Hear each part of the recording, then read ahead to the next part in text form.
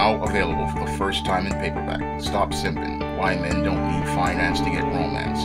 Learn what mistakes not to make with women in the dating scene with Stop Simping. Why Men Don't Need Finance to Get Romance. Available in paperback and online booksellers today. I came into Monday night's episode of The Bachelorette expecting Eric to be given the equivalent of being chokeslammed off the top of the cage of the Hell in a Cell and put through the Spanish announce table, but instead, Rachel decided to eliminate two of the lesser white guys. I guess she's expecting to give everyone a big finish later on in the show when she finally decides to eliminate Eric. And I believe Eric clearly understands that his days are numbered and he has next to no chance with Rachel. Because when I look at his body language on this show, it shows me that this man is no longer interested and that this man really understands that he has absolutely no chance at getting involved with Rachel when she is in the presence of her God. When I look at this man's body language, I see a man who is frustrated, a man who finally realizes he's gotten in over his head, and a man who finally understands that he has lost before he even began. And when I look at Eric, he's a guy who sees the handwriting on the wall as relates to him.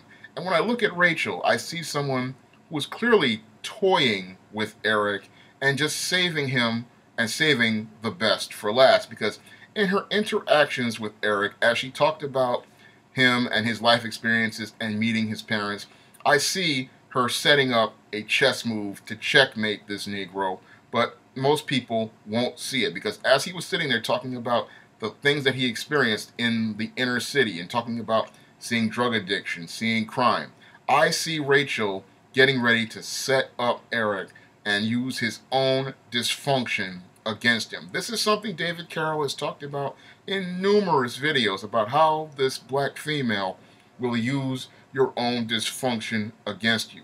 And when it comes down to this Eric, she wants to go meet his parents and then see how dysfunctional he is and then use that as the reason to reject him. She wants to emasculate this man and embarrass him on live national television. But you can't tell most of these Afro-American Negroes this because they are continuing to play Candyland instead of going out here and playing chess. Because I can see the checkmate being set up, I can see the thumbtacks at the bottom of the ring of the Hell in a Cell, and I can see Rachel getting ready to set up for the choke slam to put him right through that cage, right onto those thumbtacks, and finish him off once and for all. When it comes down to Eric, he's done, but he doesn't know that he's done. And I will take that back. I believe he knows he's done, but he doesn't see how badly things are going to be. When I look at Eric, I see a guy who's like the dead man walking, and he knows he's going to the death house, but he doesn't know how bad this is going to be or how horrible it's going to be, because Rachel is setting up for a big finish. She's setting up for the grand finale. She's setting up for the exclamation point, and she's setting up for the way to destroy black men in the most grand and fabulous fashion, in a way that completely emasculates this Negro, completely humiliates him, and completely destroys his image in the eyes of the world, and presents black men in the most degrading way possible. Because as she was asking those questions and he was talking about his life experiences, she was taking notes and looking for the ultimate way to humiliate this man. And that's going to go over many of these Negroes' heads because they can't connect the dots regarding what's being done right here with this Eric.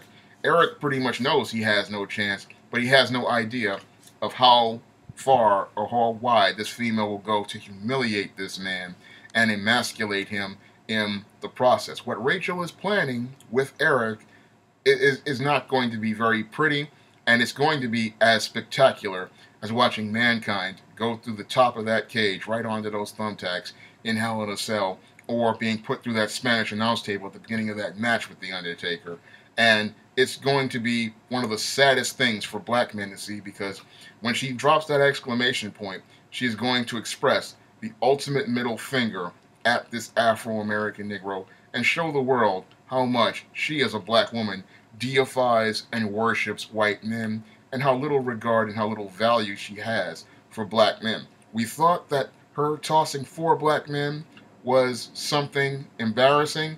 Well, you ain't seen nothing yet, because the ultimate exclamation point is coming up, and when that exclamation point is dropped, the whole world will see how much this Negro female deifies white men, worships white men, and puts white men on a pedestal. Because when we look at this final 4, it's 3 white guys and 1 black guy, and no chance that's what that Negro's got.